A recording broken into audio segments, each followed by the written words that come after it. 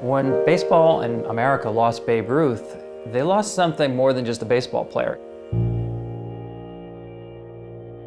I think he was one of the most important people in the 20th century.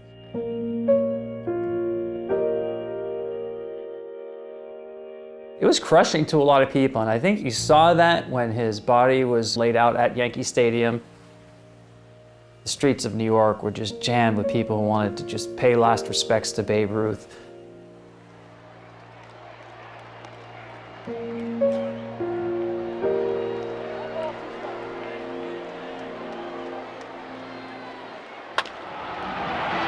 That was the year the Babe knocked out 60 home runs, and the Yankees won the series in 4 straight games. Babe Ruth, in baseball terms, really did change the game. Even when the Bambino hit a single, thousands cheered and thousands more fought to see him play the game.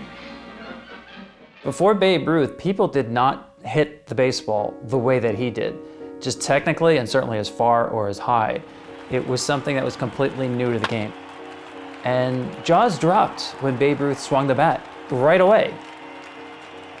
The live ball was introduced in 1920 in part because of Babe Ruth, because people in baseball began to see people loved the home run.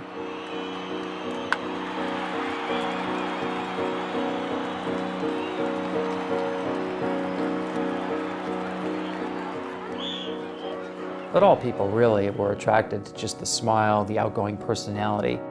Now that could have been his downfall as well. I mean, he'd be the first to admit that he had probably too much fun off the field.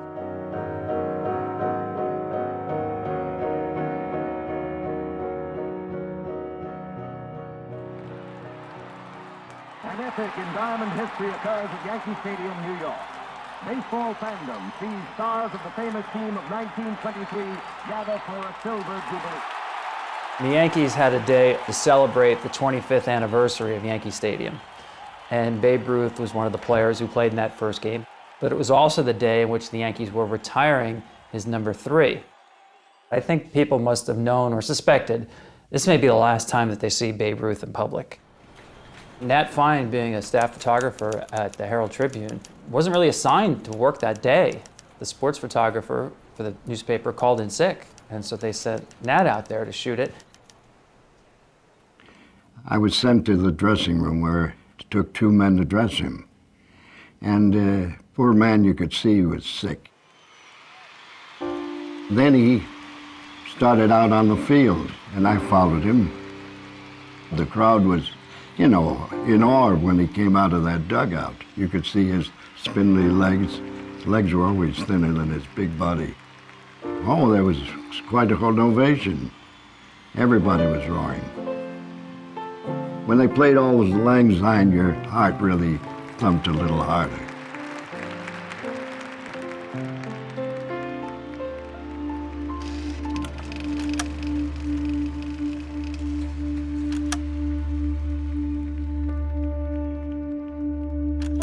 And now he needs help just standing with a bat there, essentially as a cane. Turned out the bat belonged to Bob Feller, the Hall of Fame pitcher of the Cleveland Indians. All the photographers were in the front, and I want to see how he looks from the back, and so I figured, well, number 3 is out. The Babe bows out. That's just a natural. By getting behind Babe Ruth, he also captures not just photographers, not just the Yankees, the current Yankees who are lined up on the foul line, but literally the house that Ruth built. It was the first sports photograph to win the Pulitzer Prize.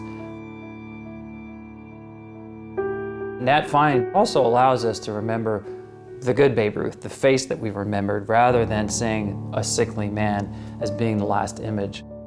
It also captures the emotion of it, that we know we're saying goodbye to somebody, and one of our heroes who we thought of as so strong and imposing and just capturing of the loss of that heroism there, and you're saying goodbye physically and emotionally to somebody.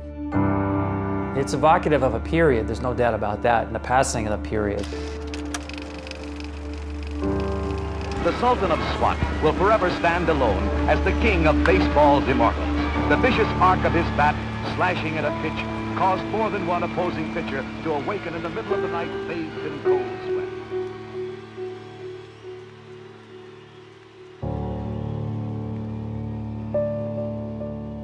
The photograph captures American history and American mythology.